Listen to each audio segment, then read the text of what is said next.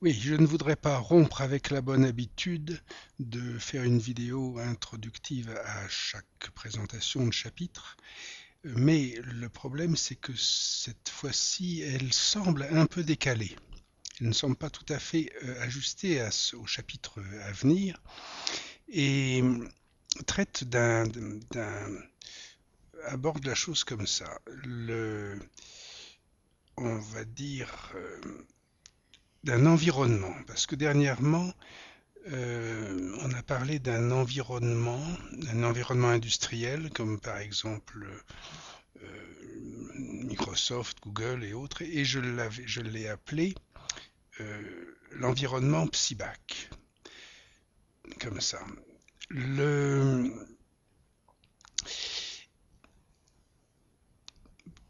il est utile de partir de là pour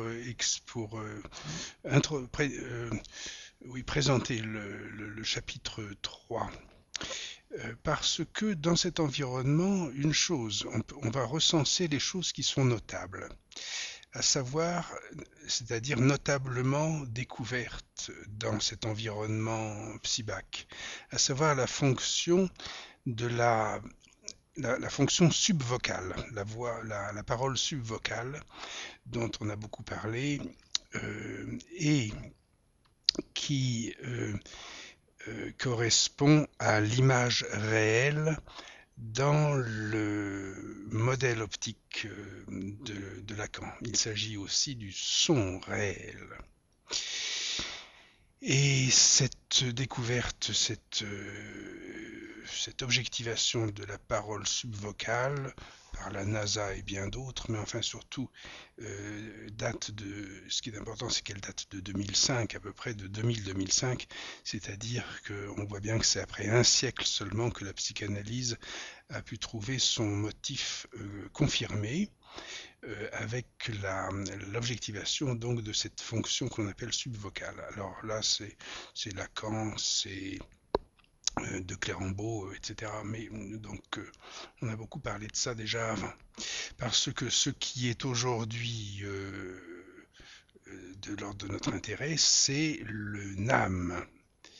C'est-à-dire, là, nous sommes dans le chapitre de cette dans le troisième chapitre de la scène, enfin dans toute l'affaire La Seine, il s'agit d'un petit appareil cybernétique, sorte comparé à un miroir qui opère avec la fonction d'un miroir, mais enfin qui est comparable à un téléphone, par exemple un téléphone portable, qui sont des choses fréquentes aujourd'hui. Le, en gros, ce qui se présente dans l'affaire Psybac, c'est que a été mise en évidence, mais là c'est par Lacan, un jeu ici de miroir, un jeu éventuellement donc de miroir qui bascule entre l'horizontale et la verticalité, et nous avons appelé ça un chiffrage. Le chiffrage, et le chiffre c'est D2V. Ce chiffre D2V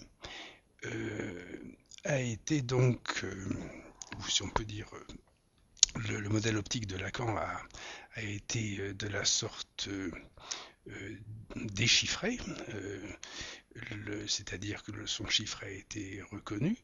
Et on peut alors à présent faire un jeu de mots, quelque chose de plutôt amusant, mais pour permettre de bien comprendre, c'est que dans ce jeu de miroir, cette parole subvocale, lorsqu'elle est en opération, c'est-à-dire lorsqu'on va l'observer, dans ce sens-là, euh, cette, cette parole qui jacte dans notre cerveau, dans notre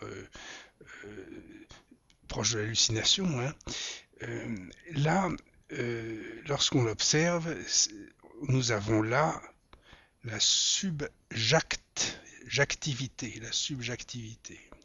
C'est un jeu de mots un peu lourd, mais extrêmement efficace et pertinent pour évidemment nous situer dans ce vis-à-vis de la subjectivité qui est celle qui est le seul objet de notre intérêt évidemment. Mais donc nous avons ici par opposition ou par comparaison ou par appui ce qu'on reconnaîtra extrêmement bien en employant le terme de la subjectivité. Parce que nous pouvons, de ce point de vue maintenant, introduire ce qui nous intéresse réellement. Et voici ce qui se passe, c'est qu'on sait que du point de la subjectivité, dans ce miroir ici mis à l'horizontale, va pouvoir la parole subvocale va se réfléchir d'une certaine manière que là encore qui va être identifiée. Or, par à notre niveau, hein, à notre étape après Lacan, elle est identifiée cette image virtuelle dans le miroir, hein, dans ce miroir, cette image virtuelle de l'image réelle ici, ou ce son virtuel de ce son réel, en fait, il est matérialisé par une suggestion d'un autre auteur de science-fiction que ceux qui sont les plus usuellement référés dans la scène, mais il s'agit d'un appareil qui s'appelle la sonde, c'est très joli, la sonde syntone ou une sonde syntonisée. Et cet appareil-là est destiné à mettre en relation de manière syntone le cerveau et ce qui s'appelle dans ce contexte-là le femme, mais ce qu'on appelle le nam. C'est-à-dire que nous avons ici ce transmetteur essentiel à connecter le bio à la cybernétique, à l'appareillage cybernétique. Mais ce que je tiens à dire en saisissant donc cette occasion, c'est de rappeler, de montrer, de saisir donc l'occasion de rappeler ceci, c'est que lorsque, du point de la subjectivité, on observe ces deux entités,